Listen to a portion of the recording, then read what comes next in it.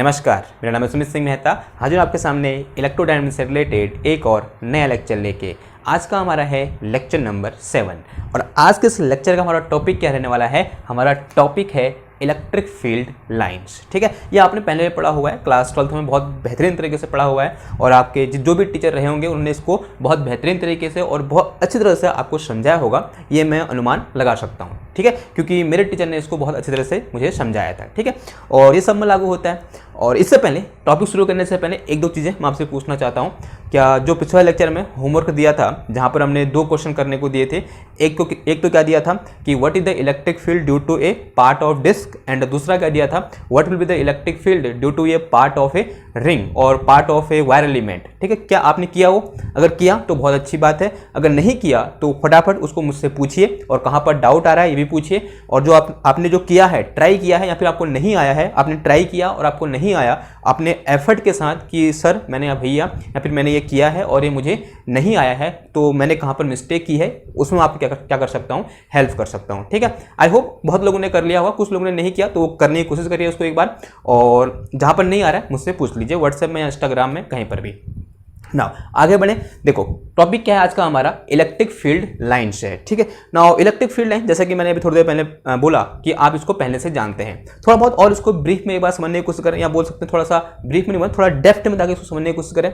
देखो अभी तक हमने किसके बारे में पढ़ा था, इलेक्ट्रिक फील्ड के बारे में पढ़ा, और हमने कुछ ऐसा पढ़ा कि electric field due to a point charge, electric field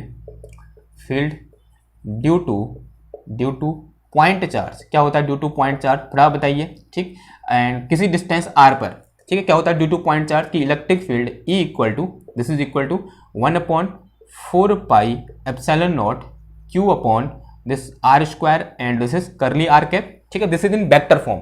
अगर मैं इसको मैग्नीट्यूड के फॉर्म में लिखना चाहूंगा तो यहाँ से क्या हट जाएगा, ये r वेक्टर हट जाएगा और ये यूनिट वेक्टर हट जाएगा। तो यहाँ से मेरे पास electric field E equal to क्या आ गया मेरे पास यहाँ पर 1/4 पाई, इसको हटा दो यहाँ से, 1/4 pi epsilon not this is Q upon this is curly r square. ठीक है, और अगर मैं थोड़ी देर के लिए ये अज्यूम करूं कि जो मेरा चार्ज Q है और 1/4 पाई एप्सिलॉन नॉट है वो क्या है, कांस्टेंट है। इतना टर्म तो कांस्टेंट है, लेकिन थोड़ी देर के लिए अज्यूम कर रहा हूं कि मेरा चार्ज भी क्या है, कांस्टेंट है। अगर मैं ऐसा अज्यूम करूंगा तो मैं क्या बोलूंगा यहाँ से कि जो इलेक्ट्रिक फील्ड E होता है वो inversely proportional to the magnitude of separation vector होता है।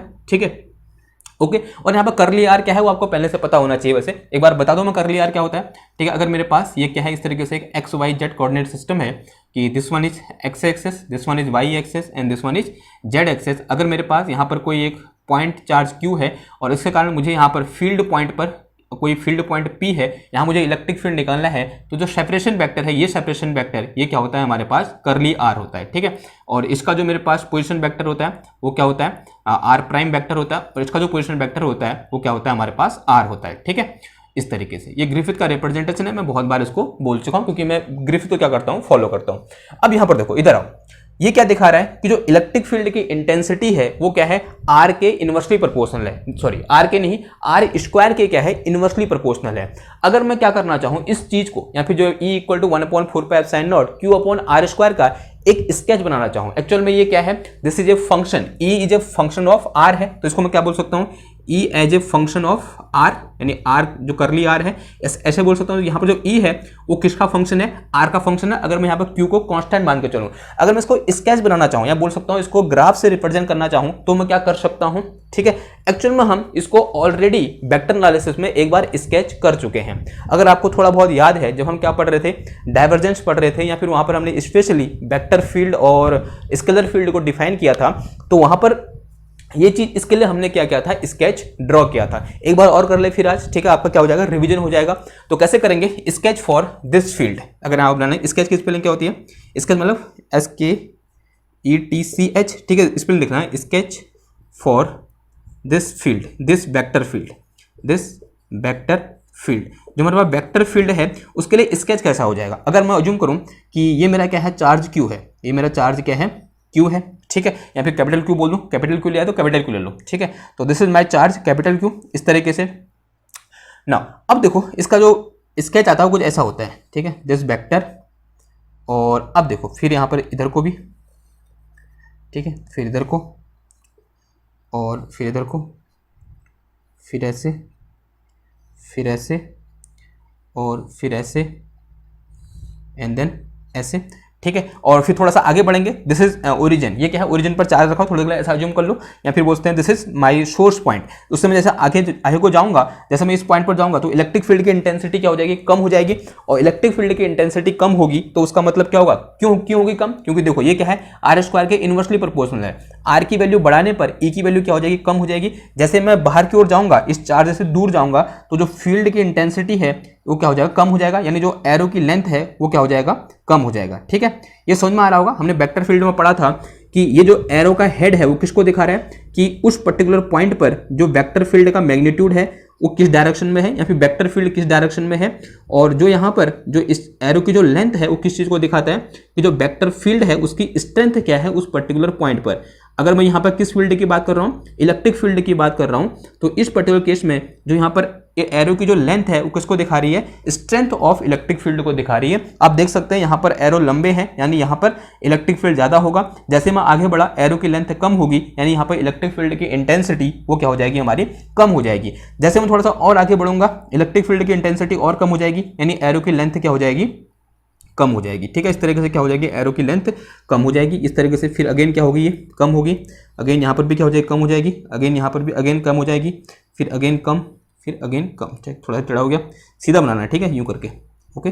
तो दिस इज द स्कीमेटिक, या बोल सकते हैं sketch of our electric field due to point charge. किसी पॉइंट चार्ज के कारण जो इलेक्ट्रिक फील्ड होता है उसका स्केच हमें कुछ इस तरीके का देखने को मिलता है। और एक बार थोड़ा सा रिपीट कर दूं कि यहाँ पर जो एरो की जो लेंथ है वो किसको रिप्रेजेंट कर रहा है, कि मैग्नीट्यूड ऑफ इलेक्ट्रिक फील्ड को रिप्रेजेंट कर रहा है। और जो डायरेक्शन है यहाँ पे एरो का जो हेड है वो किसको रिप्रेजेंट कर रहा है, कि मैग्नेटिक फील्ड बोल दिया मैंने, इलेक्ट्रिक फील्ड किसको रिप्रेजेंट कर रहा है, इलेक्ट्रिक फील्ड की लेंथ को रिप्रेजेंट कर रहा है। और जो उसका हेड है वो इलेक्ट्रिक फील्ड की डायरेक्शन को रिप्रेजेंट कर रहा है, ठीक है। इतनी बात क्लियर हुई। यहां से मैं क्लियरली कह सकता हूं कि जो क्यू के पास, या बोलते हैं चार्ज के पास इलेक्ट्रिक फील्ड की इंटेंसिटी ज्यादा है, और चार्ज से दूर जाने पर इलेक्ट्रिक फील्ड की इंटेंसिटी क्या हो जा रही है, कम हो जा रही है, जो कि मुझे इस डायग्राम से स्पष्ट दिखाई दे रहा है, ठीक है। एक अच्छा खासा डायग्राम या फिर एक अच्छा खासा स्केच हमारे पास था इसके लिए, किसके लिए, इस फील्ड के लिए। लेकिन 19वीं सेंचुरी में एक साइंटिस्ट आए जिनका नाम क्या था, माइकल फैराडे। कब आए, 19वीं सेंचुरी की बात है, तो 19वीं सेंचुरी की बात है। वहां इस टाइम पर एक साइंटिस्ट है जिनका नाम क्या था, फैराडे था। आप सब जानते हैं फैराडे को, ठीक है, फैराडे थे। और फैराडे ने क्या बोला, मैं क्या कर रहा हूं, यहां पर जो ये अलग अलग एरो हैं जिनको बनाने में बहुत ज्यादा टाइम लग रहा है, मैं इन एरो को क्या कर दे रहा हूं, एक एरो से रिप्लेस कर दे रहा हूं, ठीक। क्या कर रहा हूं, यहां बोल सकते हैं जितने भी एरो हैं यहां पर, इन सारे के सारे एरो को एक लाइन से क्या कर देता हूं, रिप्लेस कर देता हूं, ठीक है। देखो कुछ ऐसा बोला उन्होंने बोला कि we can replace this diagram by following diagram. तो according to Faraday, according to Faraday, above diagram, in above diagram all arrows can be replaced by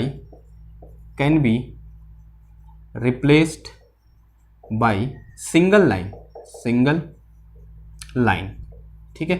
जो सारे के सारे एरो हैं, जो ये एरो है ना एक लाइन में, ठीक है, इनको क्या कर सकता हूं मैं, एक सिंगल लाइन से रिप्लेस कर सकता हूं। तो and the above diagram will modify as, and the above diagram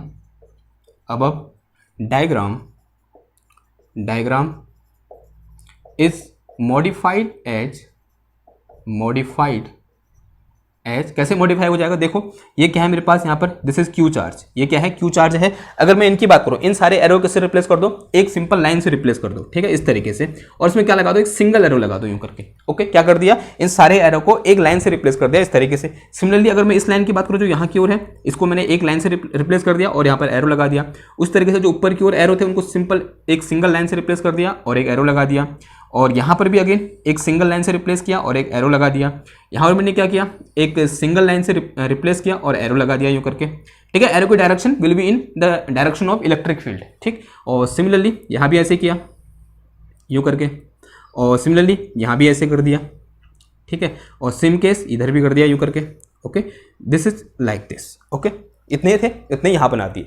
और फैराडे ने क्या बोला, जो यहाँ पर लाइन बनाई, इन लाइन को नाम दिया क्या, electric field line. And Faraday said these line are known as electric field line, and these line introduced by Faraday is known as electric field line. तो यहाँ पर लिखो हैशटैग करके, and these lines introduced by Faraday, introduced by Faraday is called, यहाँ पे are called electric field lines, electric field lines, और sometime simply और field line ये बोलते कभी कभी हम सीधे क्या बोलते हैं, field line, ठीक है। ओके, इन्हीं लाइन को क्या बोलते हैं हम, इलेक्ट्रिक फील्ड लाइन, जो किसने इंट्रोड्यूस की थी, फैराडे ने इंट्रोड्यूस की थी। नाउ अगर आप इसको एक बार ध्यान से देखो और थोड़ा बहुत गौर से देखने की कोशिश करो, आपको ये लगेगा कि इस डायग्राम और इस डायग्राम मतलब को कंपेयर कराना थोड़ा सा मतलब क्या लग रहा है, नाइंसाफी है। देखो यहाँ पर हम क्या इग्नोर करके चल रहे हैं, हमको ऐसा लग रहा है कि यहाँ पर हमारे पास जैसे हम बाहर की ओर जा रहे थे, जो एरो की लेंथ है वो किसको रिप्रेजेंट कर रही थी, कि इंटेंसिटी क्या कर रही है, जैसे बाहर की ओर जाने पर, दूर जाने पर चार्ज से इंटेंसिटी कम हो रही है, तो वैसे वैसे एरो की लेंथ भी क्या हो रही है, कम हो रही है। लेकिन इस केस में ऐसा कुछ नहीं हो रहा है। तो यहाँ पर ऐसा लग रहा है कि हम जो variation of electric field with R है उसको क्या कर रहे हैं, इग्नोर कर रहे हैं। जैसे जैसे आर के साथ इलेक्ट्रिक फील्ड क्या हो रहा है, कम हो रहा है, जैसे आर की वैल्यू बढ़ रही है वैसे वैसे इलेक्ट्रिक फील्ड क्या हो रहा है, कम हो रहा है। तो यहाँ पर ऐसा देख के लग रहा है कि जैसे जैसे हम बाहर की ओर जा रहे हैं तो इलेक्ट्रिक फील्ड की जो वेरिएशन है विथ आर उसको हम क्या कर रहे हैं, इग्नोर कर रहे हैं। क्यों? क्योंकि यहाँ पर इस टाइप का कुछ भी रिप्रेजेंटेशन यहाँ पर नहीं है, ऐसा हमको एक बार के लिए लगता है, लेकिन रियलिटी ये नहीं है। रियलिटी अगर इसको थोड़ा सा, इस डायग्राम को थोड़ा सा गौर से देखें तो इसके अंदर एक बहुत खूबसूरती छुपी हुई है। तो फैराडे ने ये बोला कि जिस तरीके से हम यहाँ पर इस एरो की लेंथ से बता रहे थे कि यहाँ पर इंटेंसिटी ज़्यादा है और यहाँ इंटेंसिटी कम है, सेम वे में हम यहाँ पर किससे बताएंगे, इलेक्ट्रिक फील्ड की इंटेंसिटी को हम यहाँ पर लाइन डेंसिटी से बताएंगे। किससे बताएंगे, लाइन डेंसिटी। यहाँ बोल सकते हैं नंबर ऑफ लाइन्स पर यूनिट सरफेस एरिया, ठीक है, बोल सकते हैं number of line per unit area, कि किसी एक यूनिट एरिया से कितनी लाइन पास करी वो किसके इक्विवेलेंट होगा, इलेक्ट्रिक फील्ड की इंटेंसिटी के इक्विवेलेंट होगा उस पर्टिकुलर पॉइंट पे, या बोल सकते हैं लाइन डेंसिटी, ठीक है। किसकी बात करेंगे, इलेक्ट्रिक फील्ड लाइन डेंसिटी, ठीक है। तो फैराडे सेड कि electric field line density is equivalent to, ऐसे इलेक्ट्रिक फील्ड लाइन डेंसिटी थोड़ा सा अजीब लग रहा है बोलने में, उसको ये बोल दो डेंसिटी ऑफ फील्ड लाइंस। तो फैराडे सेड, ऐसे हैशटैग करके आप लिखो, Faraday said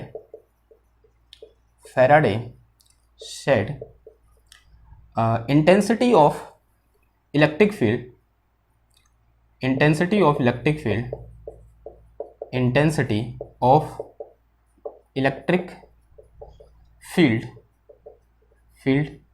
is equal to density of lines, density of electric field lines, density of electric field lines, ठीक है। थोड़ा क्वेश्चन आ रहा है what is density of electric field lines, तो हिंट डालो क्या, नेक्स्ट हेडिंग क्या जाएगी, density of electric field lines. फिर देखेंगे कि मतलब कैसे इक्वल है, फिर वो भी देखेंगे, ठीक है। तो density of electric field lines, ठीक है। तो number of lines passing through per unit surface area, number of lines passing through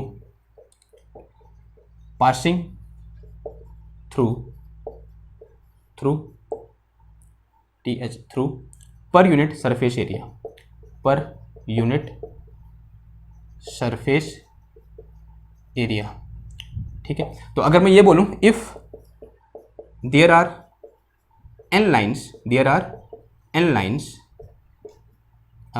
then density of field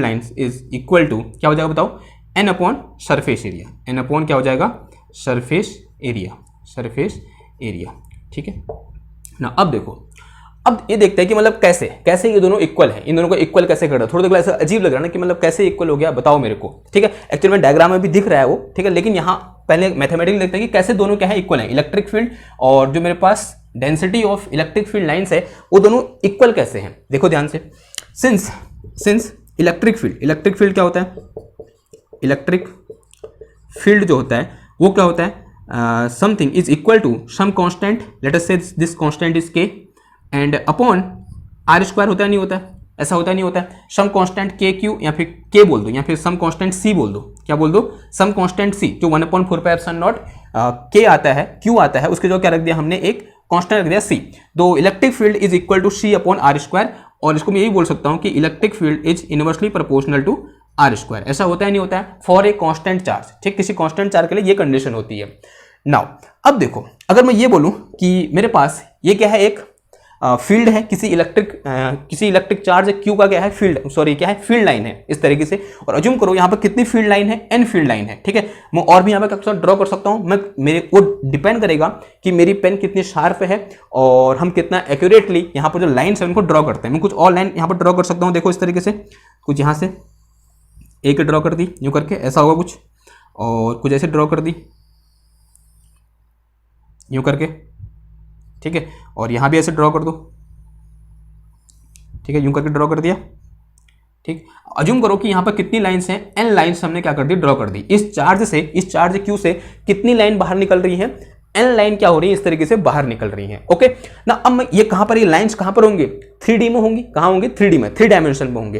तो 3 डायमेंशन में जब भी मैं किसकी बात करता हूं, सरफेस की बात करता हूं, तो 3 डायमेंशन में सरफेस करने का मतलब किसका सरफेस, एक स्फीयर का सरफेस। तो मैं यहां पर क्या ड्रॉ कर रहा हूं, एक स्फीयर ड्रॉ कर रहा हूं, और जिस स्फीयर की रेडियस कितनी है, r है, ठीक है। या ऐसा ही बोल सकता हूं, मैंने क्या किया, इससे r डिस्टेंस पर, इसके ओरिजिन से यहां बोल सकते हैं, इस q चार्ज से r डिस्टेंस पर एक स्फीयर क्या किया, इस तरीके से ड्रॉ किया, ड्रॉ कर दिया एक स्फीयर यूं करके, और कहां पर ड्रॉ कर रखा है, इसके सेंटर से r डिस्टेंस पर, यहां से r डिस्टेंस पर, ये डिस्टेंस कितनी है यहां से यहां तक, this is curly r। Okay, इसके सेंटर से यहां बोल सकते हैं, इस q चार्ज से r डिस्टेंस पे मैंने क्या कर दिया, एक सर्कल, सॉरी एक स्फीयर ड्रॉ कर दिया। देखो स्फीयर है, ठीक है, ओके, समझ जाओ ऐसे, ओके, वो बना नहीं सकता हूं पर मैं, क्या है, एक स्फीयर है, और इस स्फीयर की रेडियस कितनी है, करली r है, इस स्फीयर की रेडियस कितनी है, करली r है। अगर मैं ये निकाल दूं कि इस स्फीयर की सरफेस से कि पर यूनिट एरिया से कितने नंबर ऑफ लाइंस पास हो रहे हैं, तो नंबर ऑफ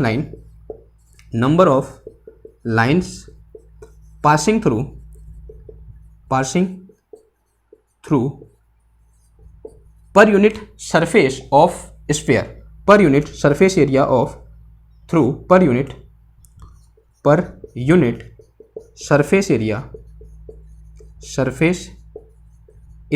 ऑफ स्फीयर, ठीक है, surface area of sphere, this will be equal to total number of lines divided by surface area of sphere, और surface area of this sphere will be 4 pi r square, क्या हो जाएगा 4 pi r square, and this thing number of line passing through per unit surface area of sphere is nothing but this is density of electric field lines. तो density of electric field lines होगी, ये हुई नहीं हुई बताओ, this is density of electric field lines, ठीक है, and this is equal to n upon 4 pi r square, क्या आ गया, n upon 4 pi r square आ गया। अगर n क्या है, number of line which is constant for a particular constant charge, and this 4 pi is constant, and this mean it is proportional to 1 upon r square. तो आप ऐसे देख सकते हैं कि electric field is also inversely proportional to r square, and the density of electric field lines is also inversely proportional to r square, ठीक है। तो देखो खूबसूरती देखिए आपने फैराडे की, कितने खूबसूरती से उन्होंने इस इलेक्ट्रिक फील्ड को किससे रिप्लेस कर दिया, लाइनों से क्या कर दिया, रिप्लेस कर दिया, और ये बताया कि जो density of electric field line होगी वो प्रोपोर्शनल 1 अपॉन r स्क्वायर के। तो सेम चीज कहां होती है, इलेक्ट्रिक फील्ड में भी होती है। तो इसका मतलब जो density of electric field line है वो किसको रिप्रेजेंट करती है, इलेक्ट्रिक फील्ड की स्ट्रेंथ को रिप्रेजेंट करती है। क्लियर होगी बात। तो यहां पर आप देख सकते हैं, तो यहां पर क्या है, डेंसिटी ज्यादा है, यहां डेंसिटी ज्यादा है, और जैसे दूर जा रहे हैं डेंसिटी क्या होती जा रही है, कम होती जा रही है। तो वही यहां पर भी हो रहा था कि यहां पर डेंसिटी ज्यादा है, देखो यहां पर मेरे पास नंबर ऑफ लाइंस है वो क्या है, पास है, ठीक है, और जैसे दूर गए वो क्या हो गए, दूर हो गए, ठीक है, जो फील्ड लाइन है वो दूर हो गई है, तो डेंसिटी अपने आप क्या हो गई, कम होगी। लेकिन जब पास था, अगर मैं यहां पर ये सर्कल खींचता, सॉरी अगर मैं ये स्फीयर बनाता, तो इस स्फीयर के सरफेस से पास होने वाले जो नंबर ऑफ लाइंस की जो डेंसिटी है, number of lines will be constant, because वो कांस्टेंट है, वो n है, लेकिन वहां पर डेंसिटी क्या हो जाएगी, अपने आप बढ़ जाएगी। क्यों? क्योंकि रेडियस वहां पर क्या होगी, कम होगी। रेडियस कम होगी तो डेंसिटी अपने आप क्या हो जाएगी, बढ़ जाएगी। डेंसिटी बढ़ेगी, इसका मतलब यहां पर इलेक्ट्रिक फील्ड की इंटेंसिटी क्या है, ज्यादा है। तो यहां से अब क्लियरली हम देख सकते हैं कि जो इलेक्ट्रिक फील्ड की इंटेंसिटी है वो एक्चुअल में उसको हम किससे रिप्रेजेंट कर सकते हैं, जो फील्ड लाइन्स हैं उनकी डेंसिटी से क्या कर सकते हैं, रिप्रेजेंट कर सकते हैं। तो ये क्या है, मतलब जीनियस फैराडे, उनका क्या है, ये एक्सप्लेनेशन है। क्लियर है बात? तो ये क्या होगी, हमारे पास इलेक्ट्रिक फील्ड लाइन होगी और इस तरीके से ये इनका क्या हुआ, ओरिजिन हुआ। अब वही क्लास 12th में आ जाते हैं, एंड डालो क्या, properties of electric field lines. ठीक है, आप लोगों में से बहुतों को वो पहले से पता होंगी और जिनको पता नहीं है उनको हम वो क्या कर लेंगे, दोबारा से देख लेंगे। तो इधर लिखूं मैं, properties of electric field lines क्या हो जाएंगे बताओ। 3-4 प्रॉपर्टी है यहाँ पर, तो सबको लिख देंगे एक एक करके, कोई उसमें बड़ी बात तो है नहीं हमारे लिए। तो properties of electric field lines, hashtag बनाओ, यहां पर लिखो properties of electric field lines, ठीक है, इलेक्ट्रिक फील्ड लाइंस की प्रॉपर्टी। ओके, पहली प्रॉपर्टी क्या होती है कि electric field lines are emerge from positive charge and terminate to negative charge. आप यहां पर भी देख सकते थे, जो क्यू चार्ज हमने यहां पर लिया था वो कैसा था, पॉजिटिव था। ठीक है, और अगर मैं यहां पर क्यू की जो क्या लेता, नेगेटिव क्यू चार्ज लेता, तो ऑब्वियसली बात है जो फील्ड लाइन होती उसकी ओर होती। ठीक है, क्योंकि डायरेक्शन कहां की ओर है।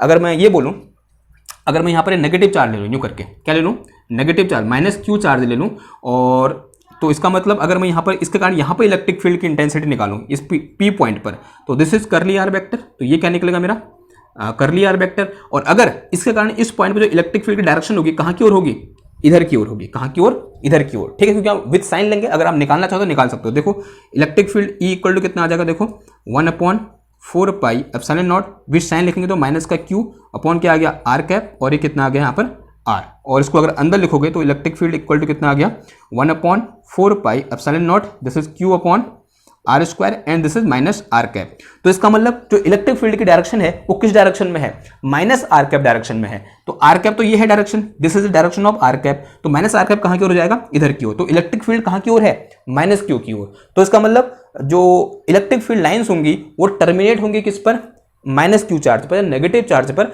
और इमर्ज होंगी कहां से, प्लस क्यू चार्ज से। ठीक है, तो पहली प्रॉपर्टी यही हो जाएगी कि इलेक्ट्रिक फील्ड लाइन्स इमर्ज्ड, ठीक है, या फिर ओरिजिनेटेड फ्रॉम पॉजिटिव चार्ज। तो यहां पर लिखो electric field lines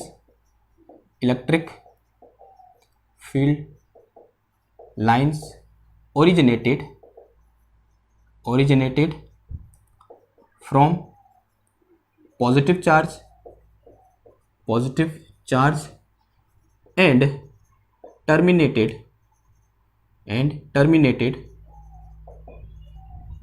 to negative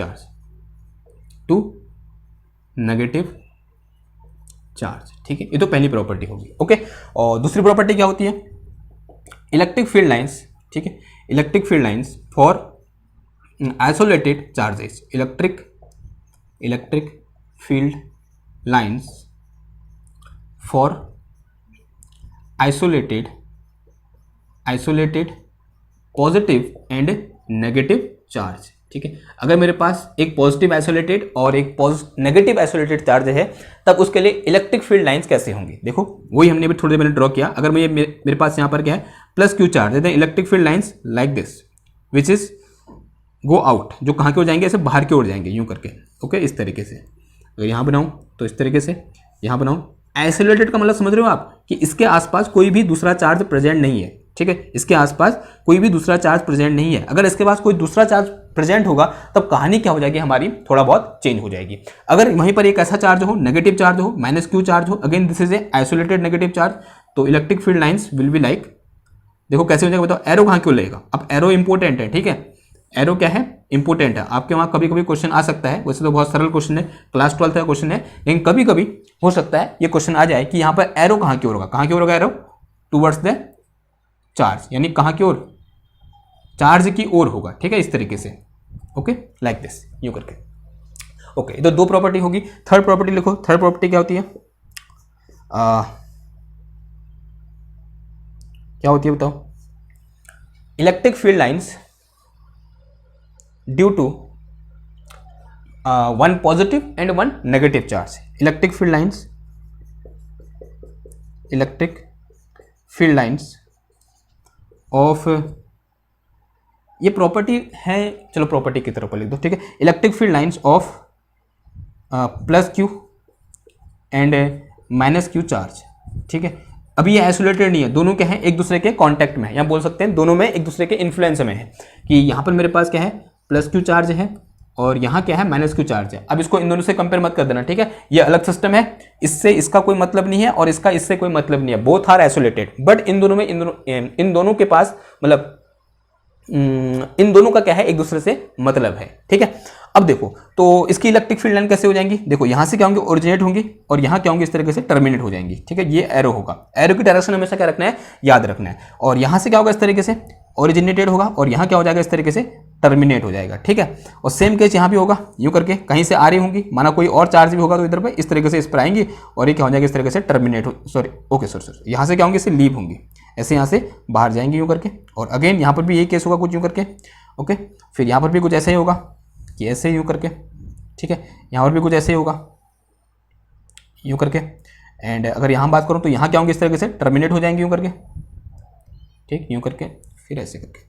and this is the electric field representation of combination of दो charge, one is positive and another one is negative, ठीक है। अगर दोनों क्या हो, सेम चार्ज हो, और उससे पहले एक चीज यहाँ पर देखो, इस डायग्राम को ध्यान से देखो, तो ये डायग्राम क्या दिखा रहा है कि there is a large divergence, ऐसा है या नहीं है, ठीक है। यहां पर क्या है, बहुत बड़ा डाइवर्जेंस है, अगर आप ध्यान से देखोगे, there is a large divergence. Divergence का मतलब बिखराव, डाइवर्जेंस पढ़ा था ना आपने, तो जो ये फील्ड है वो क्या है, इस फील्ड का लार्ज डाइवर्जेंस हो रहा है, यानी जो इलेक्ट्रिक फील्ड है जो मेरे पास डेल डॉट ई है, this is not equal to zero, this is something else, यानी कुछ होगी, यानी कुछ क्वांटिटी होगी। And we all know this quantity is equal to rho upon epsilon not, which is Gauss law, जो क्या होता है, गॉस लॉ होता है, जो हम पढ़ेंगे आने वाले लेक्चर में। This is differential form of Gauss law, okay.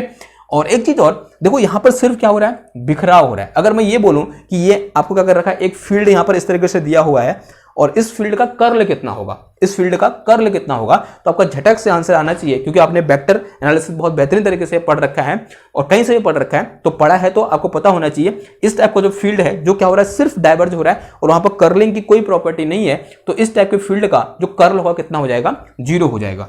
तो इन इलेक्ट्रोस्टैटिक जो कर्ल ऑफ इलेक्ट्रिक फील्ड होता है वो हमेशा कितना होता है, जीरो होता है। तो this is one important things to be noted, ठीक है। ये आगे अभी यूज होगा कि कर्ल ऑफ इलेक्ट्रिक फील्ड हमेशा कितना होता है, व्हेन, कब, इलेक्ट्रोस्टैटिक में। ये सब कहां पॉसिबल है, इलेक्ट्रोस्टेट में। इलेक्ट्रोस्टेट में जो कर्ल ऑफ इलेक्ट्रिक फील्ड होता है वो कितना होता है, जीरो होता है, ठीक है। अगर हम मैग्नेटोस्टेट की बात करेंगे तब वहां पर, सॉरी, जब हम मैग्नेटिज्म की बात करेंगे, जब हम इलेक्ट्रिक फील्ड और मैग्नेटिक फील्ड को कंबाइनली पढ़ेंगे, तब वहां पर ये कर्ल ऑफ ई जीरो नहीं होगा। ये कर्ल ऑफ ई जीरो हमेशा कहां होता है, इलेक्ट्रोस्टेट में होता है, which is a very very very important thing, ठीक है। यहां से क्वेश्चन आपसे पूछा जा सकता है आपके इंटरव्यू में, या बोल सकते हैं आपके वाइवा में, ओके। नाउ अब देखो अगली प्रॉपर्टी की बात करें, प्रॉपर्टी नंबर 3 हो गया था। और ऐसा ज्यूम करो, अब दोनों चार्ज क्या है, सेम है, फॉर सेम चार्जेस। अगर दोनों चार्ज कैसे हैं, सेम है, तब इलेक्ट्रिक फील्ड लाइन कैसे होंगी वो हमें देखना है। तो फॉर सेम चार्जेस, चौथा लिखो यहां पर, for same charges, for same charges. दो चार्ज हैं और दोनों के दोनों चार्ज कैसे हैं, सेम है, ठीक। एक ये प्लस क्यू चार्ज है इधर पे, और यहां पर भी एक ये क्या है, मेरे पास प्लस क्यू चार्ज है। देखो होता क्या है, बाय नेचर ये क्या करते हैं, दूसरे को रिपेल करते हैं, बिकॉज वी ऑल नो कि same charge repel each other and opposite charge attract each other. तो यहां पर आपको थोड़ा अट्रैक्शन का भाव भी फील हो रहा होगा, ऐसा लग रहा है कि जो पॉजिटिव चार्ज है उस नेगेटिव चार्ज को अपनी ओर खींचना चाह रहा है, ठीक है। या दूसरे शब्दों में बोले कि वो नेगेटिव चार्ज इस पॉजिटिव चार्ज को अपनी ओर क्या करना चाह रहा है, खींचना चाह रहा है। ये जो फील्ड लाइन है आपको ये फील दे रहे नहीं दे रहे, देखो एरो कहां की, उधर की ओर है, यानी कुछ ऐसा हो रहा है कि ये माइनस क्यू चार्ज इस प्लस क्यू चार्ज को, अगर उनको रस्सी बोल दूं मैं, इस रस्सी से इस तरीके से अपनी ओर क्या कर रहा है, खींच रहा है। और उसी तरीके से अगर मैं यहां पर देखूं तो यहां पर कैसे हो जाएंगे फील्ड लाइन, यानी वो कुछ इस तरीके का मतलब आभास कराएंगी कि जो प्लस क्यू और प्लस क्यू दोनों क्या कर रहे हैं, एक दूसरे को रिपेल कर रहे हैं। तो देखो, और ऐसा ही यहां पर देखने को मिलता है। तो यहां पर एक तो ये हो जाएगी, ओके, जो क्या करेंगे दूसरे को इस तरीके से, इलेक्ट्रिक फील्ड की डायरेक्शन कहां होगी, इसके अवे होगी, ठीक है, away from the positive charge, यूं करके, ओके। फिर कुछ ऐसा हो जाएगा, देखो यहां पर क्या था, यहां पर इलेक्ट्रिक फील्ड लाइन ऐसे जा रही थी, लेकिन यहां पर क्या होगी, इस तरीके से ये हो जाएगी और यहां से इस तरीके से ये हो जाएगी। देखो लग रहा है ना, फील हो रहा है नहीं हो रहा है कि एक दूसरे को क्या कर रहे हैं, रिपेल कर रहे हैं। ठीक, थोड़ा सा और बनाओ और अच्छा फील होगा। तो यूं करके देखो, ओके, फिर यहां से ऐसे आएगा, फिर ये, फिर ये, और फिर यहां से भी ये, ठीक, फिर यहां से भी ये, ठीक है, and they are repelling each other. ऐसा फील करा नहीं करा रहा है, करा रहा है, ठीक है, लाइक दिस, यूं करके, यूं करके। तो सेम केस यहां भी होगा अगेन, ये जब क्या होगी, दोनों सेम चार्ज होंगे तो रिप्रेजेंटेशन कैसा हो जाएगा, कुछ इस टाइप का हमें देखने को मिलेगा।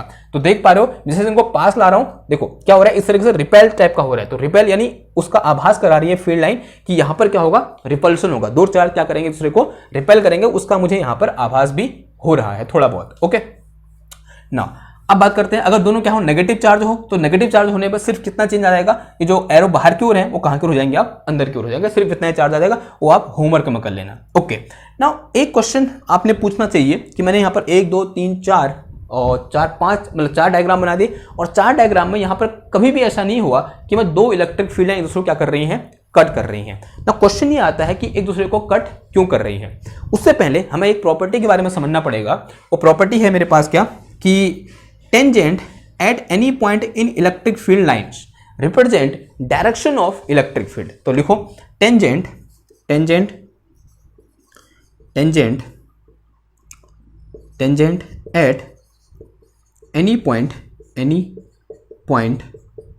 इन electric field lines, in electric field lines represent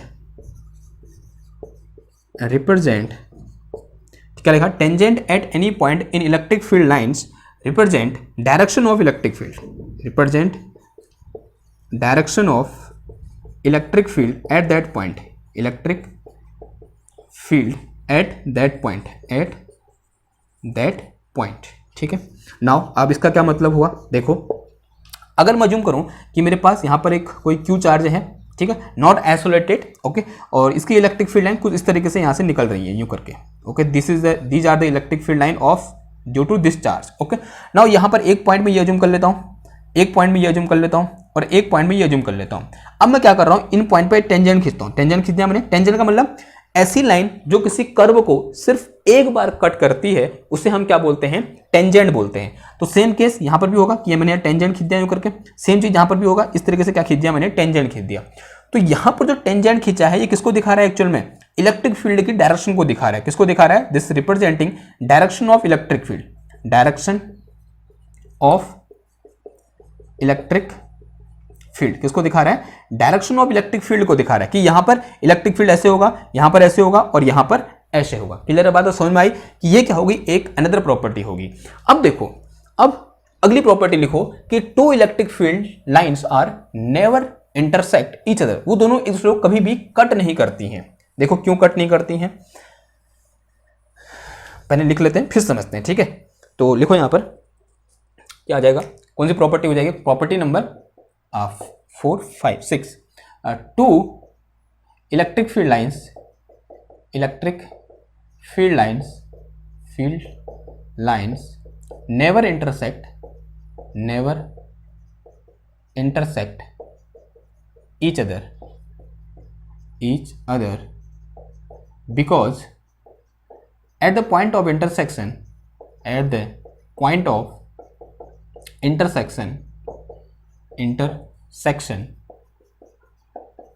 there will be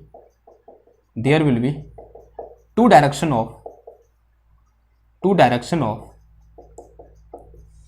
of electric field which is impossible,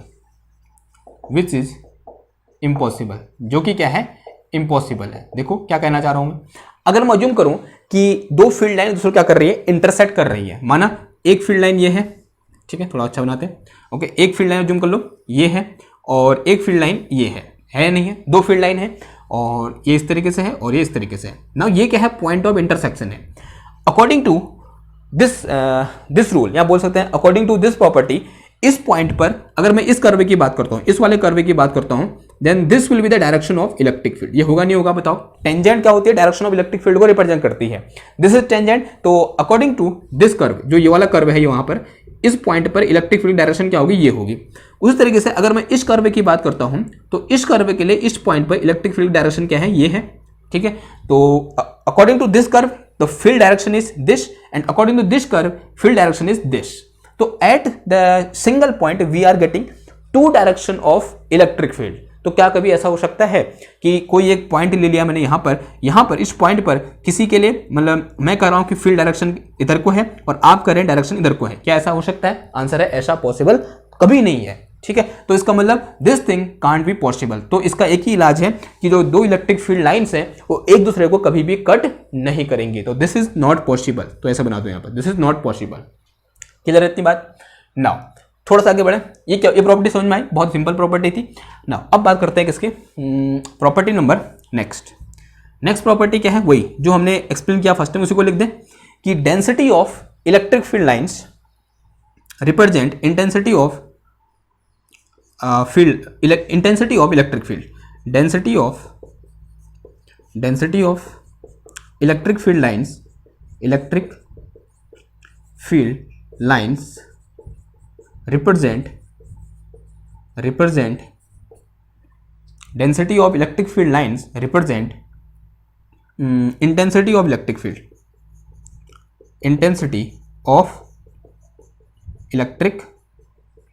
field, ठीक है।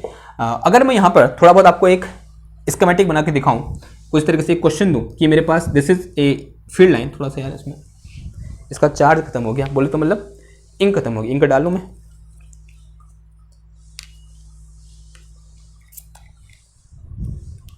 इंक डाल देते हैं।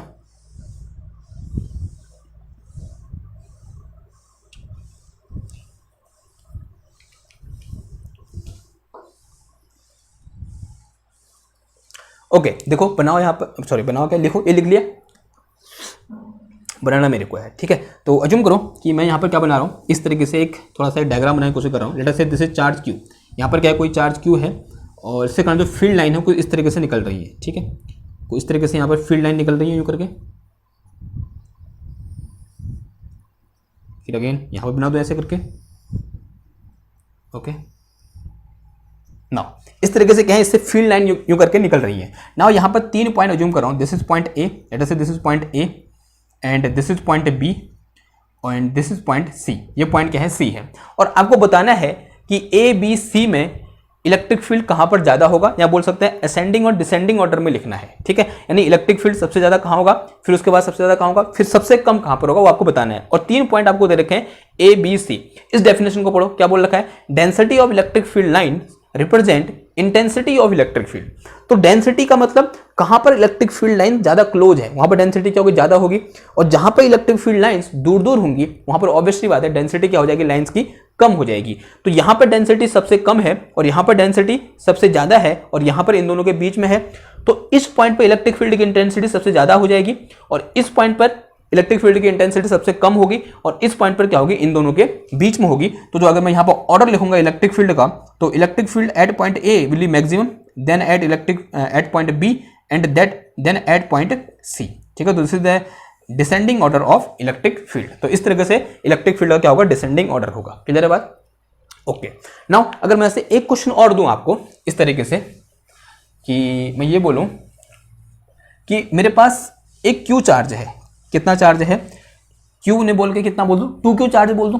तो अज्यूम करो कि इस तरीके से ऐसे हैशटैग बना के लिखना, इसी में प्रॉपर्टी के अंदर ही लिखना कि मेरे पास यहाँ पर 2Q चार्ज है, ठीक है। क्यू का 2 टाइम चार्ज है और इससे जो फील्ड लाइन निकल रही है, ठीक है, किसी भी एक चार्ज से जो नंबर ऑफ फील्ड लाइन बाहर निकलेंगी वो हमेशा क्या रहेंगी, कांस्टेंट रहेंगी। अज्यूम कर लिया कि इससे कितनी फील्ड लाइन बाहर निकल रही है, 4 फील्ड लाइन बाहर निकल रही है। कितनी फील्ड लाइन बाहर निकल रही है, 4 फील्ड, और ये पॉजिटिव है तभी बोला मैं बाहर निकल रही है, ठीक है, दिस इज पॉजिटिव। कितनी फील्ड लाइन है, 4 फील्ड लाइन है, 4 फील्ड लाइन, 4 क्या है, फील्ड लाइन से, ओके ना। अगर मैं ये बोलूं कि मेरे पास यहां पर कितना चार्ज है, 4Q चार्ज है, कितना चार्ज है, 4Q चार्ज है, वो भी कैसा है, पॉजिटिव का है। तो इस 4Q चार्ज से कितनी फील्ड लाइन बाहर निकलेंगी, क्या आप बता सकते हो, कितनी निकलेंगी? देखो जैसे Q चार्ज से या 2Q चार्ज से कितनी निकल रही थी, 4 निकल रही थी, तो 1 चार्ज से कितनी निकलेंगी, 2 निकलेंगी, ठीक है, यानी 1q चार्ज से कितनी निकलेंगी, 2 निकलेंगी, होगा नहीं होगा, क्या बोलना चाहूँ ध्यान सुनो। अगर 2q चार्ज से कितनी लाइन बाहर निकल रही है, 4 लाइन बाहर निकल रही हैं, तो q चार्ज से कितनी लाइन बाहर निकलेंगी, 2 लाइन बाहर निकलेंगी, ऑब्वियसली बात है।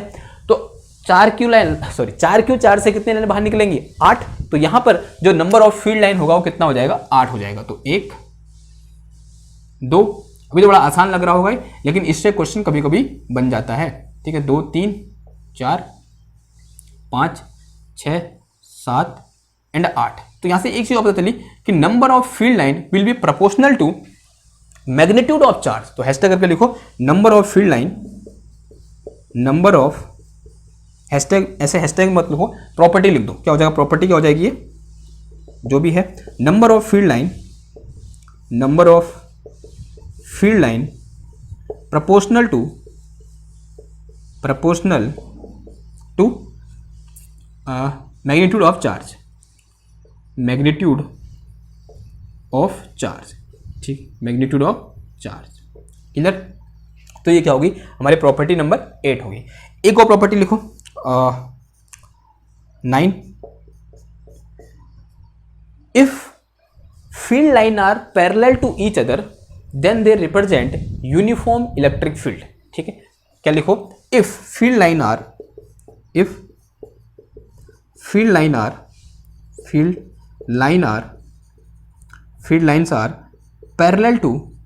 parallel to each other then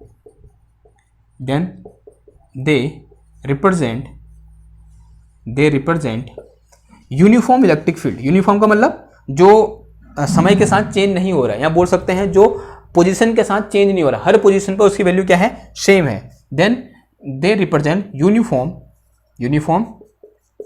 electric field. For example अगर मैं ये बोलूं कि this is my electric field lines, अगर ये इलेक्ट्रिक फील्ड लाइंस है तो देख रहे हैं ये सब क्या है, एक दूसरे के पैरेलल हैं, ठीक है, ये सब के सब क्या है, एक दूसरे के पैरेलल हैं। तब इसका मतलब जो यहाँ पे इलेक्ट्रिक फील्ड ई है वो कैसा है, यूनिफॉर्म है। कैसा है, यूनिफॉर्म इलेक्ट्रिक फील्ड है। क्लियर बात। अगर इसका एग्जांपल आपने पढ़ा हुआ है, क्लास 12th में पढ़ा था कि electric field due to a plate, या बोल सकते हैं due to infinitely charge plate, पढ़ा था ना कुछ ऐसा कि electric field due to infinitely charge plate क्या होता है, कुछ ऐसा होता है कि मेरे पास यहाँ पर क्या है, एक चार्ज प्लेट है यूं करके, ऐसे करके, और जो इनफाइनाइटली है और इसमें क्या है, कुछ चार्ज इस तरीके से डिस्ट्रीब्यूटेड है, ठीक है, और यूं करके, और जिसकी जो सरफेस चार्ज डेंसिटी है वो कितना है, सिग्मा है, ठीक है। सरफेस चार्ज डेंसिटी कितनी अज्यूम कर ली, सिग्मा अज्यूम कर ली। इसके कारण हर पॉइंट जो इलेक्ट्रिक फील्ड होता था वो कितना होता था, अगर आपको थोड़ा बहुत याद आ रहा है तो this will be equal to sigma upon 2 epsilon not के बराबर होता था। यानी ये किस पर डिपेंड नहीं कर रहा है, पोजीशन पर डिपेंड नहीं कर रहा है कि इसकी पोजीशन हम कहां पर ले रहे हैं पॉइंट। अगर ये पॉइंट यहां न होकर इधर पे होता, यहां होता, यहां होता, कहीं पर भी होता, तभी ई की वैल्यू क्या रहती, इतनी ही रहती। इसका मतलब इसका जो इलेक्ट्रिक फील्ड होगा उसको रिप्रेजेंट करने का तरीका कैसा रहेगा, ऐसा रहेगा। तो this is the representation of electric field due to this infinitely spread plate, ठीक है। यूं करके बना देंगे, यहां बना दो यूं करके, ठीक, लाइक दिस, ओके।